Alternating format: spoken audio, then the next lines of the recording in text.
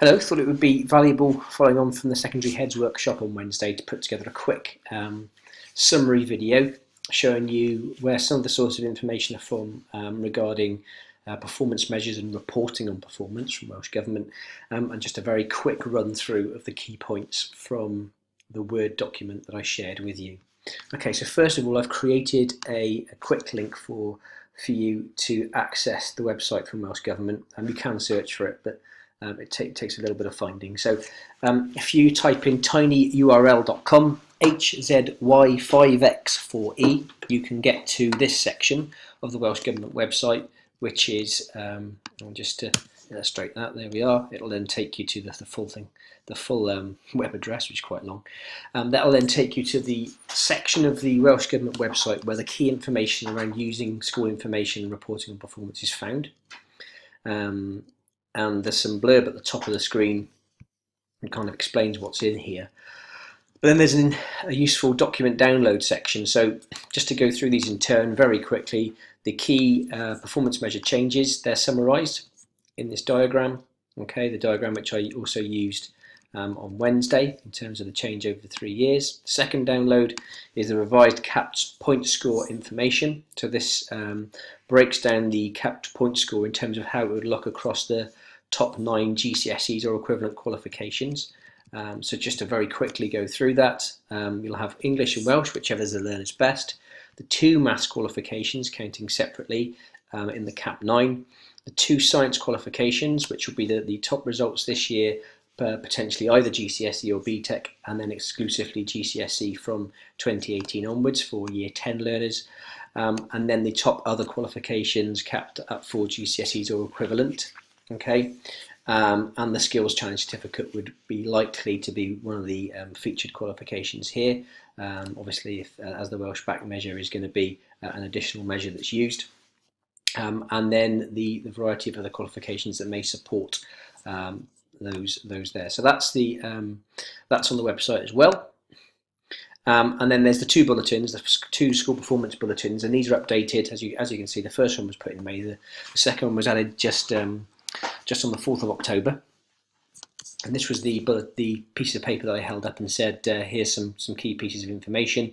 This basically gives a narrative, an explanation of some of the changes to performance measures, some of the key sort of reasons behind and the way in which things are going to be reported. So there's some information there on EOTIS. There's some information on, for example, guided learning hours and the parameters around GCSEs that are less than a whole GCSE, and some very quick checklist in terms of which qualifications count in the performance measure as well. So a useful document there that's also housed on that website. So as I said, I provide that link for you, and it's also on the top of the Word document. So if I go to the Word document now and just scroll back to the top, what you'll see is that link is provided there. So if you follow that link, you can get to the Welsh Government website. So just to very quickly go through the key messages that I raised on Wednesday. The first one is kind of the reason behind the changes in performance measures. So the reason why we've now got not one main measure that's going to take priority over the others, i.e. the cap point score. The reason for that is because the Minister was concerned around the narrowing of the curriculum that could potentially provide. So instead we're going to have a suite of measures at Key Stage 4, which will include the Level 2 inclusive of English and Maths this year, which will also obviously contain the Welsh Baccalaureate and Foundation measures from 2018, Level 2 threshold, Level 1 threshold, and the capped point score. Okay, so the 4 different measures will be used for the purposes of reporting and analysing performance. So that's kind of the reason behind that. So in terms then of the changes, what are the key changes that are taking place? Well, 2017, we know that the core subject indicator is no longer reported as one of the key measures. We know there are changes to the cap point score, which I've been through on the previous graphic in terms of the qualifications that count towards that. Obviously, it stresses that only the new reformed qualifications can count towards the measure. And in terms of the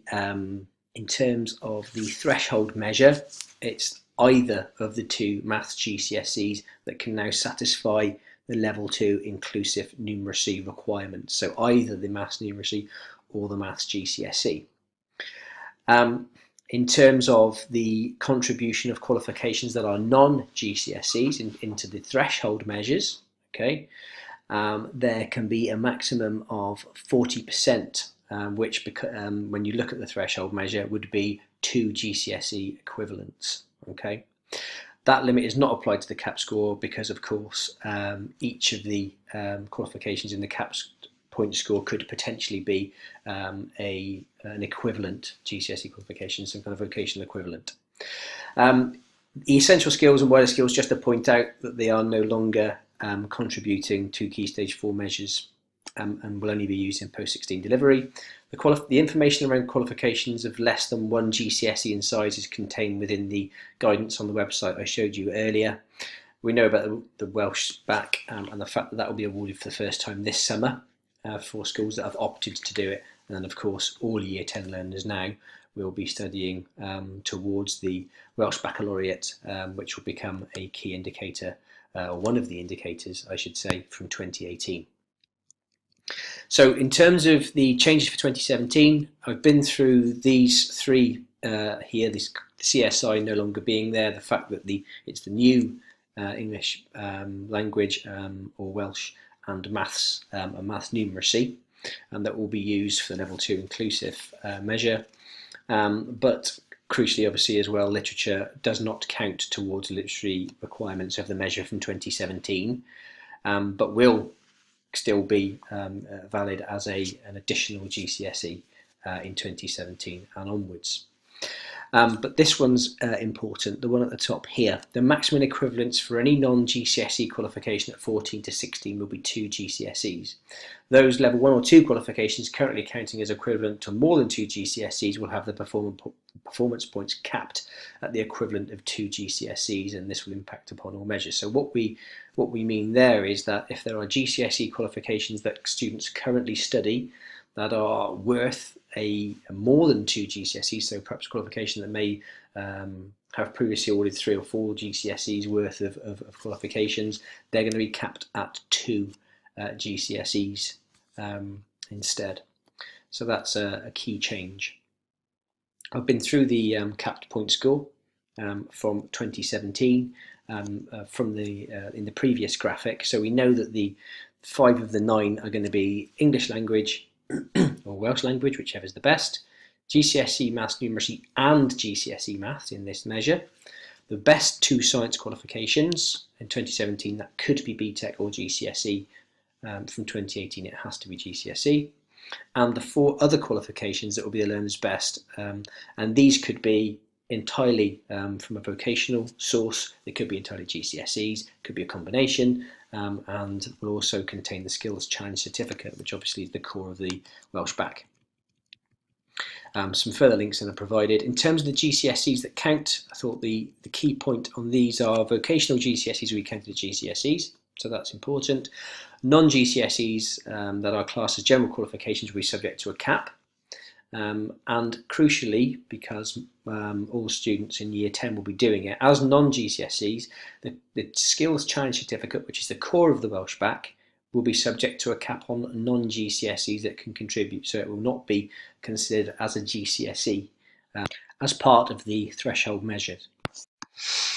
So moving on to 2018 then, key changes from 2018 are, as we mentioned earlier, the science. Only GCSE qualifications will count towards the subject-specific requirements of the CAP point score, and non-GCSE science qualifications will no longer count towards the science components of the CAP points, but could potentially still count towards one of their 4 other best qualifications in the CAP points.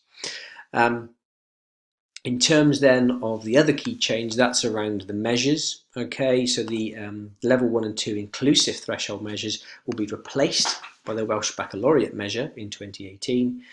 And what the Welsh Baccalaureate measure consists of is the core of the Welsh Bac, which is the Skills Challenge Certificate, but containing the individual project, enterprise, global and community challenges. To be awarded this at a national level, they would need to have achieved that, that certificate at a sort of equivalent grade C or above.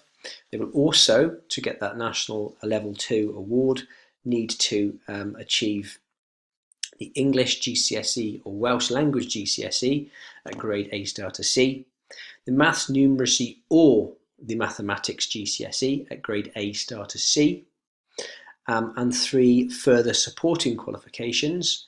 So 3 further GCSEs, of which 2 could be vocational equivalents, but again at A star to C level in terms of getting that level 2 threshold for the Welsh Baccalaureate. If any one of these elements does not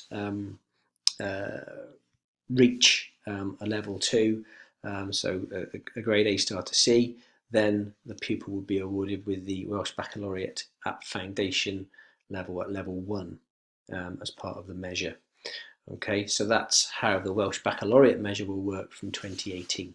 So that completes the tour around the performance measures. We will of course keep you updated if we hear anything new or different from Welsh Government, and also the request that Kevin made during the session, which is if you've got any questions, you need anything clarifying, then please do get in touch. You can drop me an email at james.kent@sewaleseas.org.uk, and I'll quite happily take your inquiry and try and clear things up for you. Hope that was useful. Hope that has cleared one or two things up. Thanks for listening.